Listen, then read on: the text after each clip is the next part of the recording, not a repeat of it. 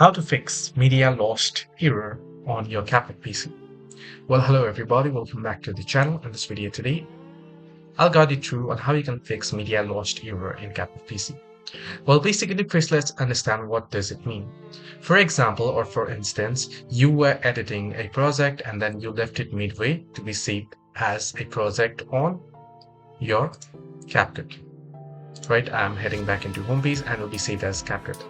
But when you open it up later on, it says the media has been lost. Well, what it means that the original video file that you were editing or the source file that you were editing is gone from your device. It no longer exists on your device. That means that it has been deleted from your device. You might have mistakenly deleted it.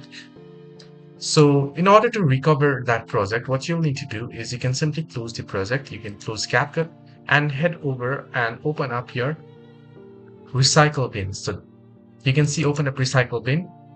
Now, in case you have not still deleted the project file, you can go ahead and recover it. That particular project, you can restore it, and then you can go ahead and open up CapCut and open up source file, and now the pop-up should be gone. Only if it has not been removed completely from recycle bin. Otherwise, there is no any way of recovering it. Hope this video helped. Do like and subscribe.